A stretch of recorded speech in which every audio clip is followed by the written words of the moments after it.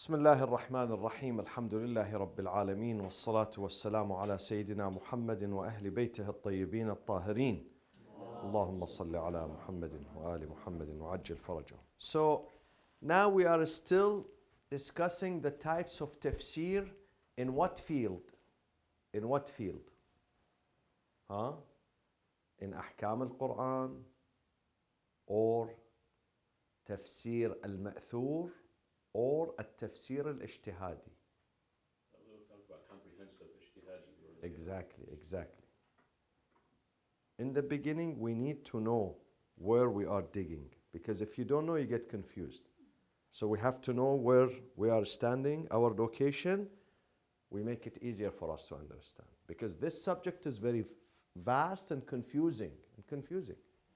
We said we have three main types of tafsir. Type number one, which is the classical tafsir, the early tafsir, which was named what? You've written that? Huh?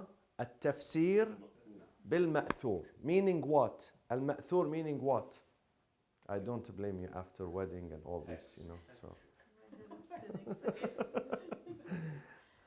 Text. So the textual, which is based on the hadith. Okay? So the mufassir himself does not add from himself, nothing from his analysis or his opinion. All what he does is that he puts in his book the narrations, the ahadith in regard to this ayah. So that was the first. Then we studied the second type of tafsir, which was what? Ayatul Ahkam, which specializes only in fiqh, explaining the fiqhi ayat in the Quran. Ayatul Ahkam means the fiqhi ones, the one has rulings, the one that has rulings. Okay? So this was the second category. Only Ayatul Ahkam, which is estimated at what? To be at what? 500 and 350 combined. Exactly, 500, but then they reduce it. If you combine them together, okay, it becomes 350 verses. Then we came to this type of tafsir, which is tafsir not naqli, but aqli. Reasoning. It is based on ijtihad. But does that, let me ask you this question, please. When we say ijtihad and it is based on reason, on your brain, on your aql, on your understanding, on your analysis, does that mean you don't look at the ahadith? Or you do look, still you look? You have to look. Of course you have to look. You have to look at the ahadith. Otherwise it becomes only your opinion. You bring the ahadith plus your own reasoning, a combination, hybrid of both. Hybrid of ahadith, naql, and also ijtihad. And they added one more description. They said التفسير الاجتهادي something else. الجامع. الجامع means what? Comprehensive. So it's not only in the field of fiqh, neither only in the field of kalam, philosophy, but also it's in the field of literature too. Okay? Social life, science too, new discoveries. All these things are put together and they produced one book. So it becomes comprehensive. Comprehensive means not only, it doesn't have only one science, but how many sciences? Sister Najat? Many sciences. This is the meaning of comprehensive. Comprehensive, it has many sciences, not just one science. And we gave so far 2 examples of this type of tafsir. The first example was what? What was the name of the first example? Exactly, At-Tibyan. So who is the author of Tibyan? Who was the author? Which Shaykh? Exactly, Shaykh al-Tusi. Al-Shaykh al-Tusi, who died year 460, exactly, 460. Okay. Where was he born, Tusi? No, Tus. Where did he die? Where is he buried? In Najaf. Then after that, we studied another example of this type of tafsir, which is ijtihadi and comprehensive, and the name of it was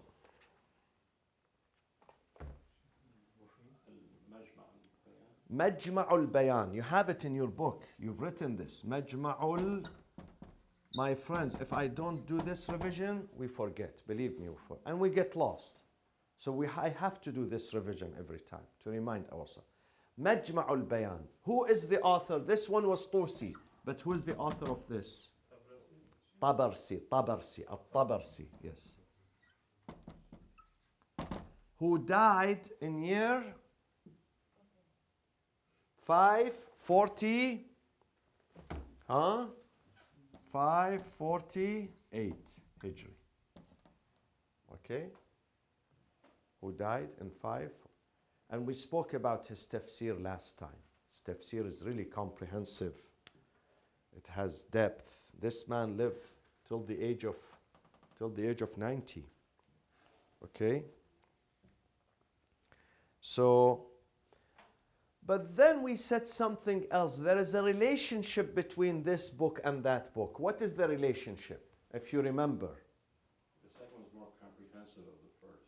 It is more comprehensive, but also the second one copied from, depended on the first one. See? He depended because it was his teacher. So he depended on his book, but then he extended it more and more. And then, if you remember that we mentioned one of the scholars said that this book is very good book. A scholar from the Sunni tradition. His name is Al-Dhahabi. Al-Dhahabi was doing book review to this tafsir. He said it's a very book, but it has some flaws. It has some weaknesses. What was the weaknesses? According to this Dhahabi. Huh? Exactly. He is Shia, and then he favors his imams. This is the problem. He is Shia and he favors, and then he says when he comes to this verse 5:55, إنما وليكم الله ورسوله والذين آمنوا الذين يقيمون الصلاة ويؤتون الزكاة وهم راكعون. When Imam Ali gave his ring, he says this is superstition. Imam Ali didn't do that. Okay, how do you? But most of the Mufassirin, they say Imam Ali. Most of the books of Hadith, they say Imam Ali was praying in the mosque and he gave his ring. How do you deny? He goes back to whom as an evidence? Which scholar? No, this guy. Ibn Taymiyyah. He says, Imam Ibn Taymiyyah say that this story is baseless. Whereas, if you go to the books of history, you find that 66 books, not just one, not two, not three, not 10, not 20, not 40, 66 of the original sources of hadith, original source, not secondary, original sources of hadith, they mentioned the story that the giving of the ring happened by Imam Ali, and the ayah came to acknowledge this incident. 66 sources, Sources, main sources, not secondary sources, not complementary sources, main, ummahat. Ummahat means mother of sources, mothers of sources. And that's Sunni sources? Yes, of hadith and tarikh and tafsir. Emphasize Imams and Huffaz of Hadith, historians, they say this incident took place, but unfortunately one person comes and denies, okay, and then also he says, Dhahabi, part of his criticism of Shaykh al-Tabarsi is what? Majma' al-Bayan, is that about Imam Ali. What does he say? Or about the Imams? That he believes in what? He believes in his book, he believes in the infallibility of our Imams. So this man says this is not right. Nobody is infallible. The Imams of Ahlul Bayt are not infallible. And then he says also that the Shi'as believe that their Imams are like Anbiya. They treat them like Anbiya. What did I say last time? Exactly. What did the Prophet say? And they mentioned this hadith in their own books. The Prophet said, Al-ulama'u warathatul anbiya. Al-ulama, the scholars of his time, the Prophet says, are inheritors of the prophets. And the Prophet says, and this is also recorded in the Sunni tradition, Ulama'u ummati, the scholars of my ummah, afdalu min anbiya'i bani Israel. And the ulama here, it meant whom? Ahlul Bayt alayhim as-salam. They put it in their books. So these are not exaggerations. We say what the Prophet said. We repeat exactly what the Prophet said. Sorry, what was the exact Ahlul Bayt are more... Ulama'u ummati, the Prophet said, Ulama'u ummati afdal. This is the hadith of the Prophet. Ulama'u ummati. Of course, ulama ummati means the Imams of Ahl Bayt. Afdal, better. Min Anbiya Bani Israel. They are better, more honorable than the prophets of the community of the Israelites, Bani Israel. Okay, then we come to number 3. Can I erase this and put number 3? Name number 3. I'll give you a few seconds so I can.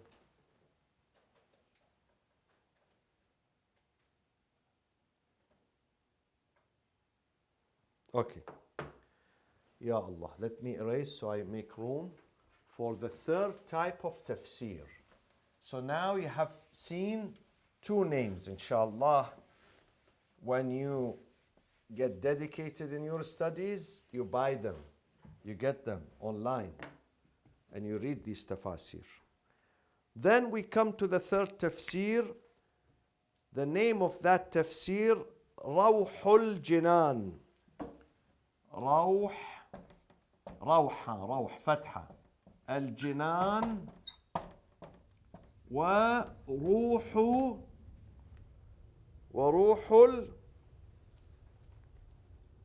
الجنان. Wow. Yalla, you get $100 if you tell me what is the difference. Looks like the same. روح الجنان وروح الجنان. Name of the tafsir.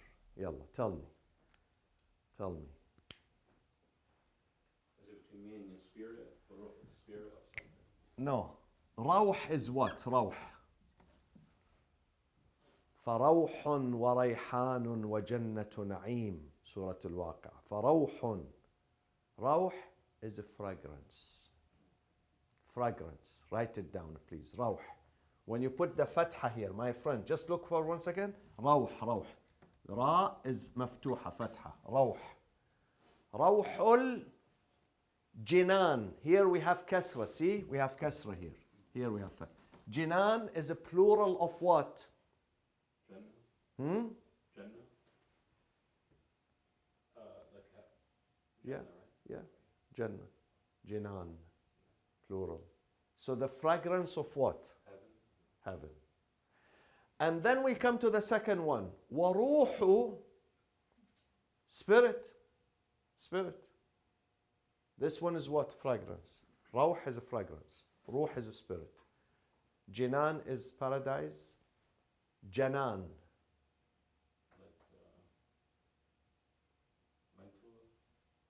Plural. Janan. Is it the state of mind or heart? Heart. The spirit of the heart. The fragrance of paradise and the spirit of the heart. Yalla, put it down. I am bringing this in the finals, making it easy so you get all A plus, inshallah, when you write the answer. So who is the author of this book? His name is Abu al-Futuh al-Razi. Don't get mixed up with that Fakhr al-Razi. There is a difference between them. This guy is older. This guy died 552. Fakhr al-Razi died 606. So there is a 50 years between them. This guy is older. He died 552. He was born 480. Okay? This guy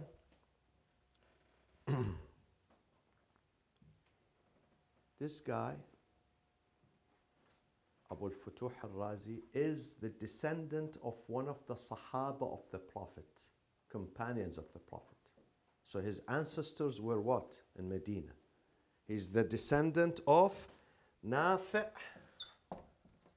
ibn Badil. Nafi' ibn Badil was one of the companions of the Prophet. And Nafi' died during the time of the Prophet in one of the battles. In one of the battles, he became Shaheed, Nafi'. So this man, Abu al-Futuh, is one of his descendants. They moved from Arabia to what city? To the city of Naysabur. Where is Naysabur, my friends? In Iran. Where about in Iran? What a province? The province of Khurasan. Not far from Mashhad. Not far from current Mashhad. So his family came from Arabia. They moved to Iran. They did hijrah like us. From Iran, Pakistan, Afghanistan, Lebanon, Iraq. We moved to Orange County. Okay? 10,000 miles away. They moved. And they used to move at that time from the Arabian Peninsula, from Medina and Mecca. Some of them go eastward, some of them go westward, some of them go to Syria northward. Why they moved? Why they migrated? Why? For many reasons. One reason is what? To study. The second reason is what? Economic. Jobs, economic. Third reason is what? Good weather. Arabia is, terrible. No rain, no nothing, no greenery. So they used to, others, they would welcome them. My grandfather was in Medina, my grandfather. Came to visit Imam Rida. At that time, Qazwin was the capital of Iran, not Tehran. Tehran is a new capital. At that time, at some point, Tabriz was the capital. Then Qazwin, then Isfahan, now is Tehran. So when he passed through Qazwin, the king, Iranian king, asked him to stay. He said, Maulana, we need alim, scholar. Stay here, teach our children, teach our young ones. So he stayed. After he visited Imam Rida, he didn't go back to Medina. Because at some point, they were under persecution in Medina. The followers of Ahl al-Bayt, Alawiyun, were under persecution. So he stayed in Qazwin, and we became Qazwini. But it was only one generation. And then he died, he's buried there. His children moved to Karbala 300 years ago. They stayed in Karbala. So this is how people used to move. Wherever, especially scholars, wherever there is freedom Freedom of speech, freedom of teaching. People receive them, people welcome them, people respect them, they go. Sometimes you find a scholar who lived maybe in 5 countries, in 10 countries. He is born in this, but then he moved here, 5 years there, 10 years here, 20 years here, and then he dies in another.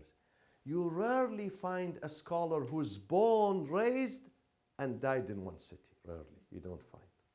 You don't find. Most of them are born somewhere, died somewhere else. This tells you that they used to move because of political climate, sometimes persecution, okay, lack of a freedom.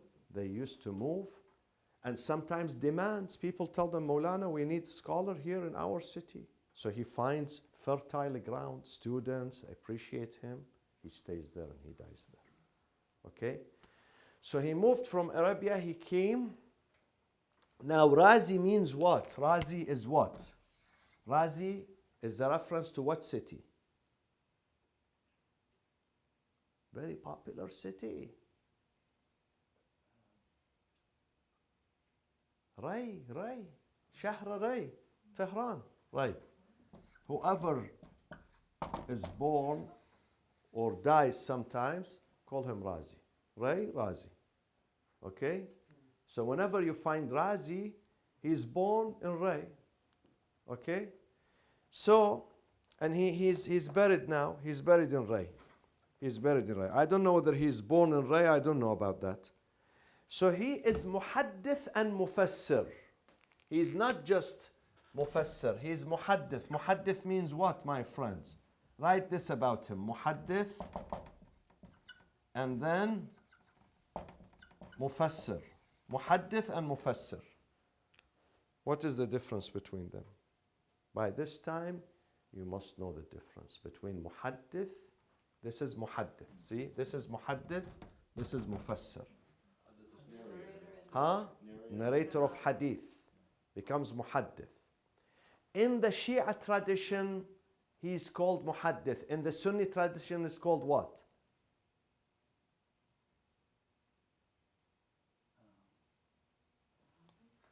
No, Sahaba is companions. He's called what? Hafid. Al-Hafid fulan. Hafid means transmitter of hadith, memorizer of hadith. In the Sunni. In the Shia, muhaddith. Muhaddith al-Qummi. Muhaddith al-Istirabadi. Okay? Muhaddith al-Saduq. Muhaddith. He's a scholar of hadith. Transmitter of hadith. Mufassir is what? Mufassir, exegist. Explainer of Quran. There is a difference. But sometimes you can see him, he's muhaddith and mufassir and faqih and kalami. Kalami means what? Theologian, philosopher, but philosopher in what field?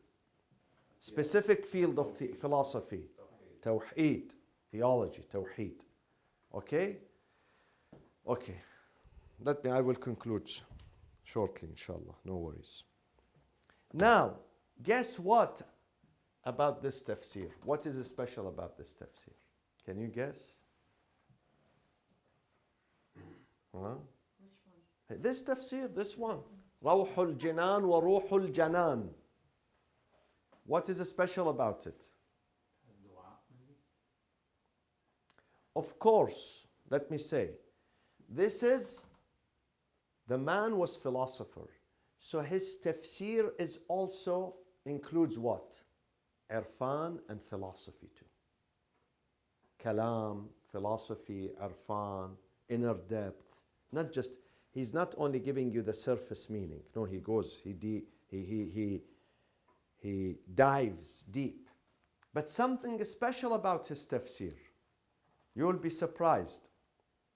His tafsir is very famous, very popular, to the extent, my friends, that this guy who's mufassir number 1 in the Sunni tradition, Al-Fakhr al-Razi, who died after him. See, this man died 552, this man died 506. This man based his tafsir, التفسير الكبير. His name is التفسير, the grand tafsir of Fakhr al-Razi. This is Shafi'i.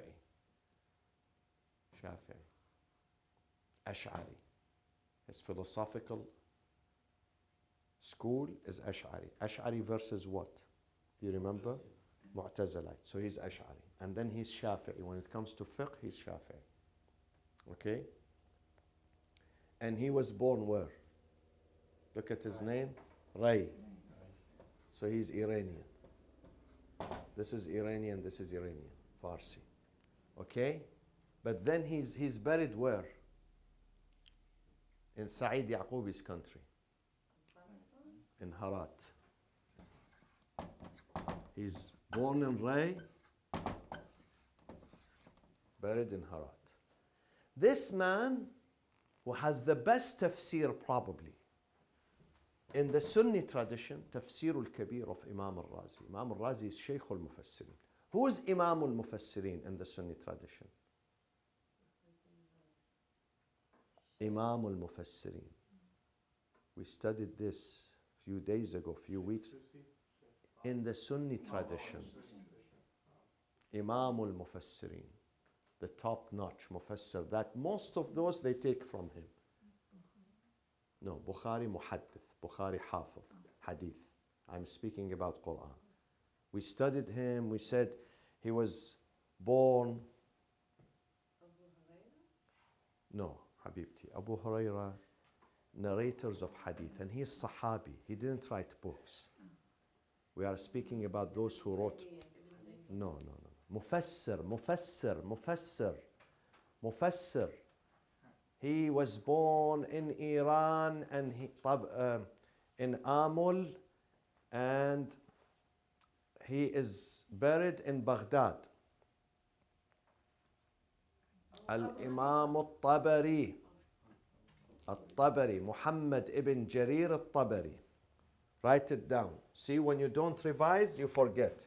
Muhammad ibn Jarir al-Tabari, born in Amul on the Caspian Sea in northern Iran, and buried where?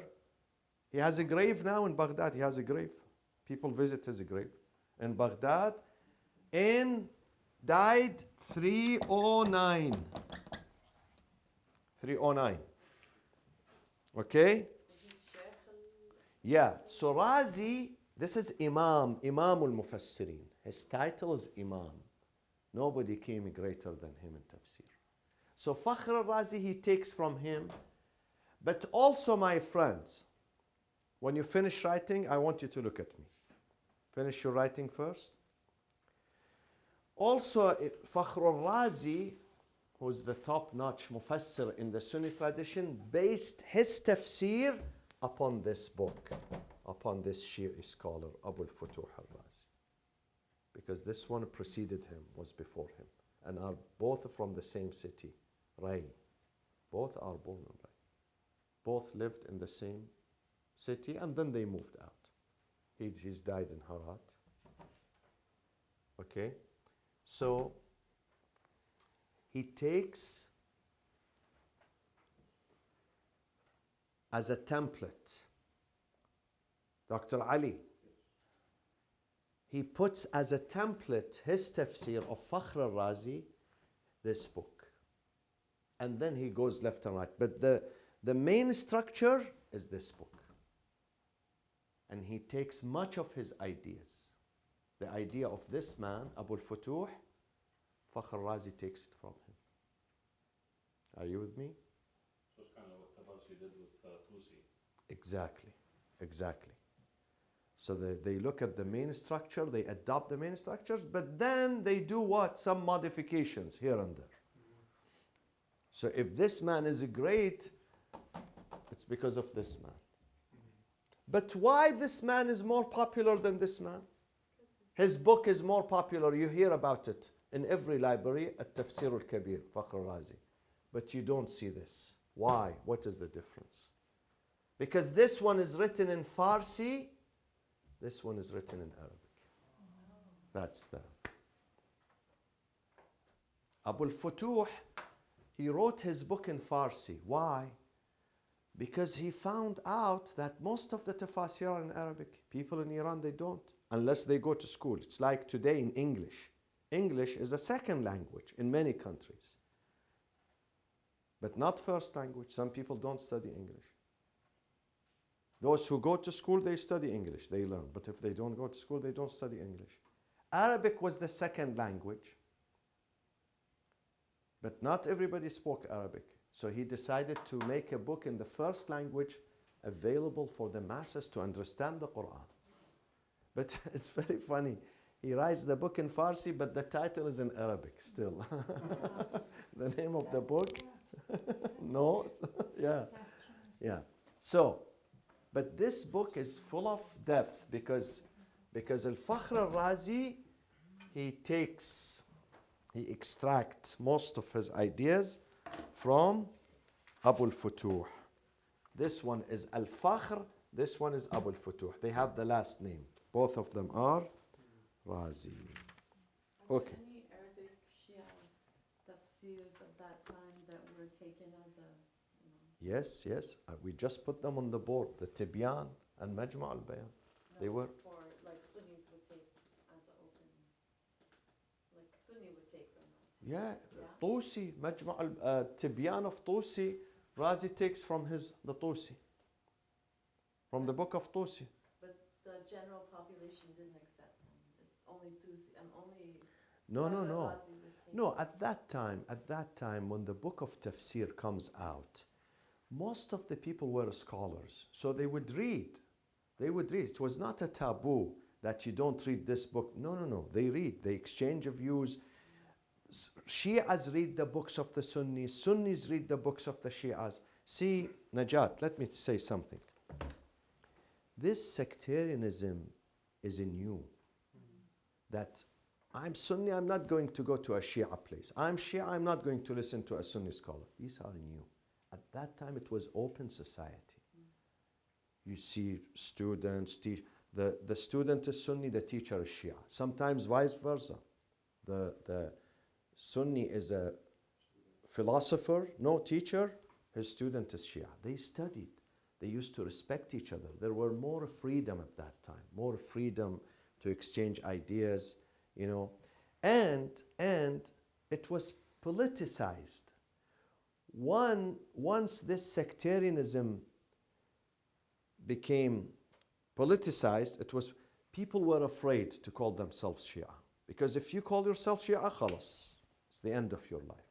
The governments who came one after the other, they persecuted the Shia. So some of the scholars, they would hide their identity. Therefore, if you read about his biography, some scholars, Shias and Sunnis, they say he was Shia, but he was hiding. He was afraid. Because they say, look what he says about Ahlul Bayt. He says Ahlul Bayt are the top. Even Tabari had, you mentioned. Even Tabari.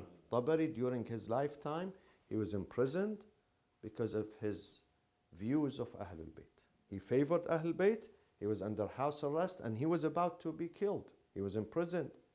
And even his janazah was boycotted because they called him Rafidi.